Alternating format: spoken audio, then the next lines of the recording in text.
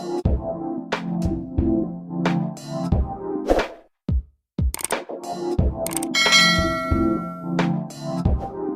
everyone, this is D, Movieman, fellow cinephile, popcorn addict, and emerging film critic, coming to you with reliable recaps, reviews, and reactions.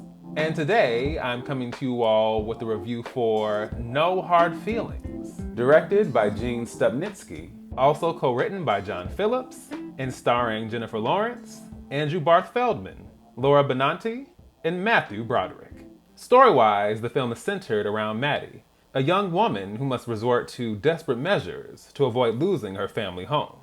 However, she finds an unexpected solution in the form of two helicopter parents looking for someone to bring their introverted son out of his shell, to say the least. So, I'm going to start with the pros.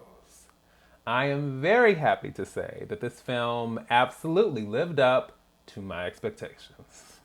Shout out to AMC for the unexpected advanced screening of this film. I was quite excited, and it was definitely an accident, but a happy one, to see that this showing had suddenly popped up at the theater.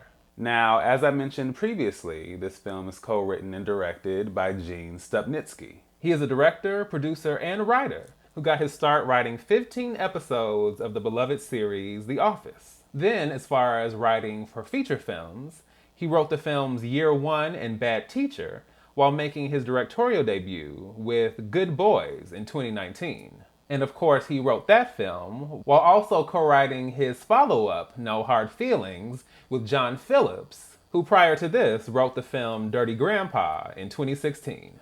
I will say that I do recall Bad Teacher being a little wonky in some areas, but it was pretty fun and entertaining for the most part. Now, I can't say the same about Good Boys, because as soon as I saw that trailer, I was like, yeah, no. I'm sorry, this is not for me. I understand some people enjoy the whole subgenre with kids doing and saying R-rated things, but I'm good. No, thank you. But I have to say, I was actually quite intrigued by this film just off of the strength of the trailer. Because I'll say otherwise, hearing about a new rom-com starring Jennifer Lawrence, yeah, I cannot say that would have been a draw for me. I will say that my experience with Jennifer Lawrence has been very up and down. I think when she's good, she's really good. But I never fully got into her as far as a film star or as an actress, and it didn't really help that when she was bad, she was quite bad. I can't actually remember the last time you were the one risking something. And by the way, the women are always saving the men around here. You might want to think about changing the name to ex-women. Bitch, please. But I will also give credit when credit is due.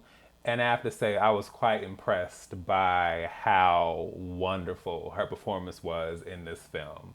I mean, just from a comedic standpoint, and this is not really a lane that I'm accustomed to seeing Jennifer Lawrence in, so I think that made it all the more unique and compelling to watch. I wouldn't mind seeing her, continuing to go in this direction because I think it really, really works for her. I also have to obviously give kudos to Andrew Barth Feldman, who recently made his film debut just a couple of months ago in A Tourist's Guide to Love on Netflix. Now, I didn't get a chance to see that film, but I have to say, as far as his role in this and the performance, yes. I thought he was the perfect accompaniment to Jennifer Lawrence, and the comedic chemistry was absolutely there.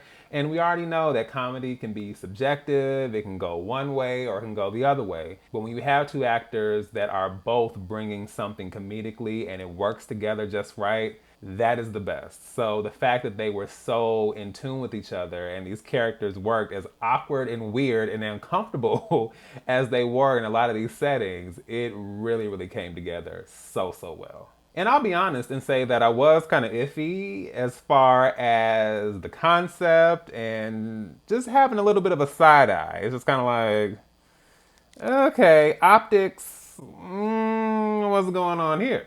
But then as we go along, you realize that the film has a lot more to say than you would think initially. And it's digging a lot deeper with these characters and with this story. It's not just things that are inappropriate and over the top. Yes, we have that, but there's a lot more going on. And there's a lot more about Maddie and Percy that we discover, and I really did appreciate that. Especially with the themes of parenthood and what that really means. What it means to unintentionally cripple your children by holding on too tightly and not letting them be free to make their mistakes and grow from those mistakes, and life experiences in general. Additionally, there is this theme of being rooted to one place and being stuck and really being afraid to move forward because of circumstances in your life. And also understanding that once you do venture outside of your comfort zone, there's the fear of the unknown. And then what do we do now? And I liked how it helped me to relate and connect to both Maddie and Percy in a way I didn't think we would. You really do see that under the veneer, there's a lot of complexity to them as people, in how they see the world, what their aspirations are. And I think just seeing them evolve in that way because of each other's influence, I think that's the aspect of the film that resonated with me the most and I really, really enjoyed.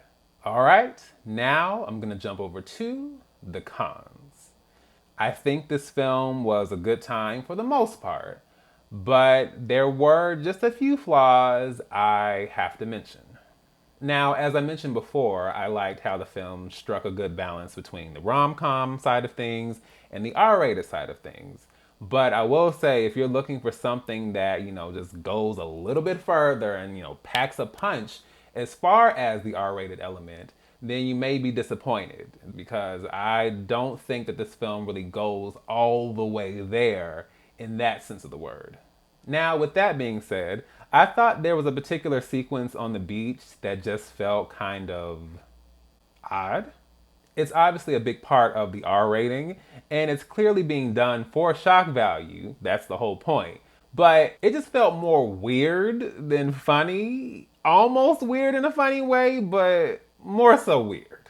Lastly, I do have to reference the unfortunate practice of highlighting too many jokes or too many big moments from a film in a trailer. Now, it's tough because, like I said, the trailer ended up being an unexpected draw for me. I was like, oh, this is not like what I expected from this film. Like, I didn't know it was gonna go there. But then I think that they highlight too many of those because, of course, you see it again in the film. It's still funny, but you've seen it. So you kind of lose the organic piece and just watching it and being like, wait, what? That wasn't there as much as I would have liked. Now, naturally, there are still really funny moments. There's a lot more than just the trailer. But I will say there's a lot of moments that are in the trailer that also play out in the film, and they don't quite hit the same way because we've already been introduced to it, which is kind of unfortunate. So I'm going to give No Hard Feelings a B+.